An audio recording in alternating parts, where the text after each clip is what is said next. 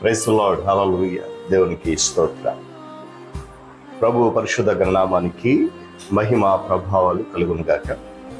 క్రీస్తునందు ప్రియులారా, దేవుడు తన మహాకృపను బట్టి మనకు నూతన ఉదయకాలం పరిశుద్ధ ఆదివారం, ప్రాముఖ్యంగా 9వ మాసం చివరి పరిశుద్ధ దినములో ఇటు రీతిగా ఆయన పాద సముఖంలో మనం ఉండడానికి చక్కటి అవకాశం ఇచ్చిన విధానాన్ని బట్టి ఆయన గణనామానికి సమస్తమైనటువంటి మహిమ చెల్లును గాక. క్రీస్తునందు ప్రియులైన దైవజనులు, స్నేహితులు, విశ్వాసులు, సహోదరి సహోదరులు, ఈ కార్యక్రమాన్ని వీక్షిస్తున్న ఆత్మీయులందరికీ యేసయ్య శక్తిగల నామములో ఉదయకాలపు శుభములు మరియు ఆదివారపు శుభాలు కూడా తెలియజేస్తున్నాను. మీరంతా బాగున్నారని సంతోషిస్తూ మిమ్మల్ని ఈ దినము కూడా ప్రేమతో నేను ఆహ్వానిస్తున్నాను. అనుదిన అభివృద్ధి ఉదయకాలపు ధ్యానాలు అనేటువంటి ఈ ఆధ్యాత్మిక కార్యక్రమంలో దాంతో పాటు పాలివలసికండి, వాక్యాన్ని ధ్యానించి దైవాశీర్వాదాలు పొందుకొనండి. మీ దగ్గర బైబిల్స్ ఉన్నాయి కదా, చాలా సంతోషం. కలిసి చూడండి. లేని పక్షం చదివే మాట విని గ్రహించి వాక్య ధ్యానంలో పాలివలసికమ్మని మనవి చేస్తూ నేటి దిన ధ్యాన వాక్యంగా అపోస్తలుల గ్రంథంలో నుండి 14వ అధ్యాయము 15వ వచనాన్ని నేను చదువుతా ఉన్నాను. అయ్యలారా, మీరెందుకు ఇలాగూ చేయుచున్నారు? మేము కూడా మీ స్వభావం అంటే స్వభావం గల నరులమే.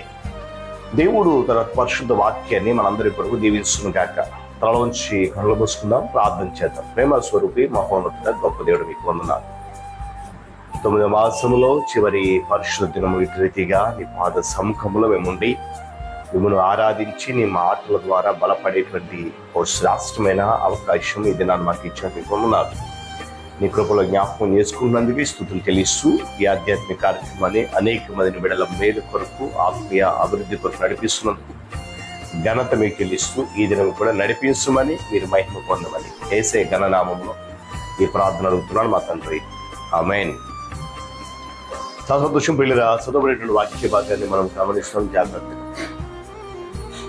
ఈరోజు మరి ఈ మాట ఎవరు పలుకుతున్నారు అంటే, అపోస్తలుడైన పౌలు భక్తుడు అక్కడ ఉన్నటువంటి ఇకోనియా అనేటువంటి పట్టణంలో దేవుని యొక్క పరిచయం జరిగిస్తూ అక్కడ చేసినటువంటి కొన్ని అద్భుతాలను బట్టి ప్రజలు వారిని దేవుళ్ళుగా పూజించాలని చెప్పి సిద్ధపడినటువంటి సందర్భం. అది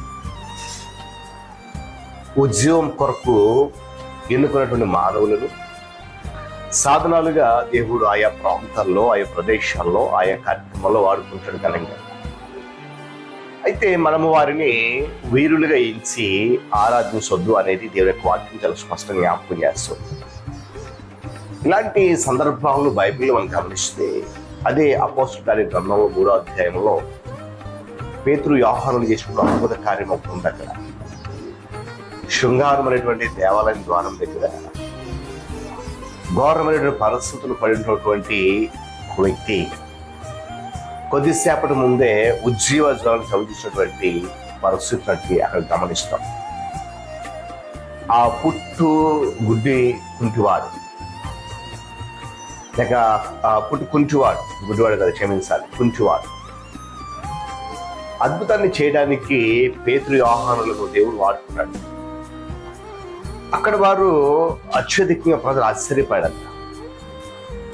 ఆశ్చర్యపడి వారి దగ్గరికి వచ్చి వారిని సన్మానించాలి, గౌరవించాలనేటువంటి ఒక ఆలోచన కలిగినట్లుగా మనం చూస్తాం. అయితే జనులు చాలా ఆశ్చర్యపడినప్పుడు పేతురు యోహానులు అన్నారు, మా సొంత శక్తి చేతనైనా భక్తి చేతన నడువను మేము వీనికి బలమిచ్చినట్టు మీరు ఎందుకు ఇంత మా తట్టు చూస్తున్నారు ఆశ్చర్యంగా? ఇది మేము చేయలేదు, దేవుడు చేశాడు పని అని చెప్పేసి ఆ పలికారు. ఎవరు కూడా దైవ సమానంగా ఎంచబడి పూజించబడకున్నట్లు ప్రసంగికులు లేక దేవుని సేవకులు మరియు ప్రజలు కూడా బాధ్యత వహించాలనేది ఈ వాక్య భాగం ద్వారా మనం గమనించాం. కారణం ఏంటంటే, మనుషులను ఆరాధించొద్దు అనేది చాలా స్పష్టంగా అక్కడ పేతురు యోహాను చెప్పారు. ఇక్కడ పౌలు భక్తుడు ఈ సందర్భంగా చెప్తున్నారు.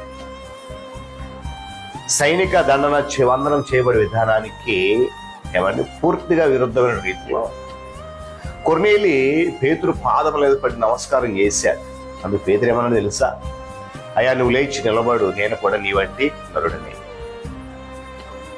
దేవుని ఆశీర్వాదం తీసుకొచ్చేటువంటి వాహనాలను మనం ఆదరించకూడదు. దేవుని సేవకులైనటువంటి వారు వాహనాలు, ఆయన ఆశీర్వాదాలు, ఆయన దీవెనలు, ఆయన మాట తెచ్చి వాహనం. కనుక సేవకులను ఆరాధించొద్దనేది నేను వాక్యం చెప్తున్నమాట.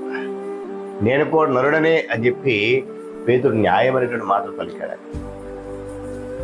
చూడండి, లుస్త్రాలో పుట్టిన మొదలుకొని కుంటుపడేటువంటి ఆ వ్యక్తిని స్వస్థపరచడానికి దేవుడు పౌలుని వాడుకున్నాడు.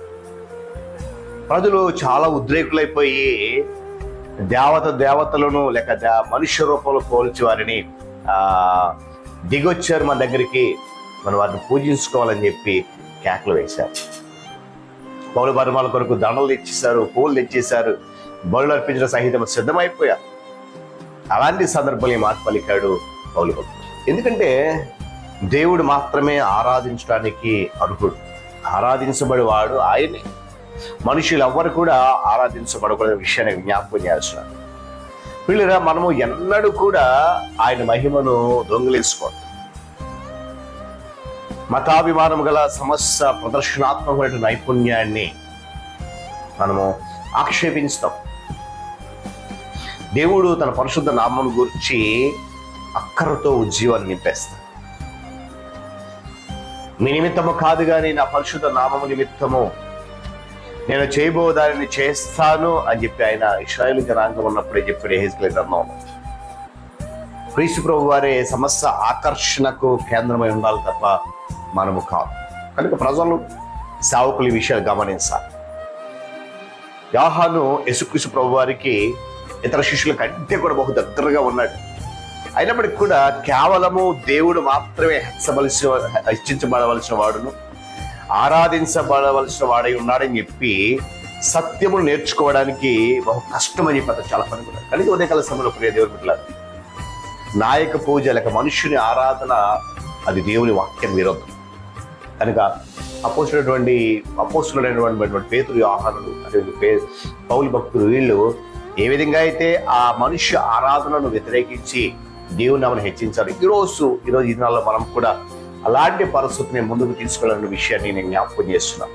దేవుడి మాటలు మన పరుగు దీవించుకుంటా. కొంచెం కళ్ళు మూసుకునండి, ప్రార్థన చేద్దాం. ప్రేమ స్వరూపి గొప్ప దేవుడు మీకు మనకు నూతన ఉదయకాలం పరిశుద్ధనములో నీ సన్నిధి మాతో ఉంచడానికి వందనాలు. నా నిజమే నేటి దినాల్లో ఒకవేళ మేము మనుష్యులను ఆరాధించే వారిగా ఉండి నీ మహిమను దొంగిలించే వారిగా అవమానపరిచే రీతిగా ఉంటున్నామేమో. అందుకొరకు ఈ రోజు నీ వాక్యం ద్వారా హెచ్చరించారు.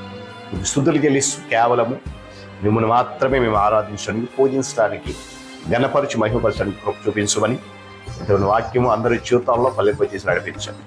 మీరు ఘనత, మహిమ, ప్రభావాలు పొందుకోండి. యేసయ్య నామమున అడుగుతున్నాను తండ్రి, ఆమేన్. ప్రియక దేవుని దీవెన, ఆయన సన్నిధి కాపుదల సదాకాలము మనందరికీ తోడైండి నడిపించును గాక. ఆమేన్.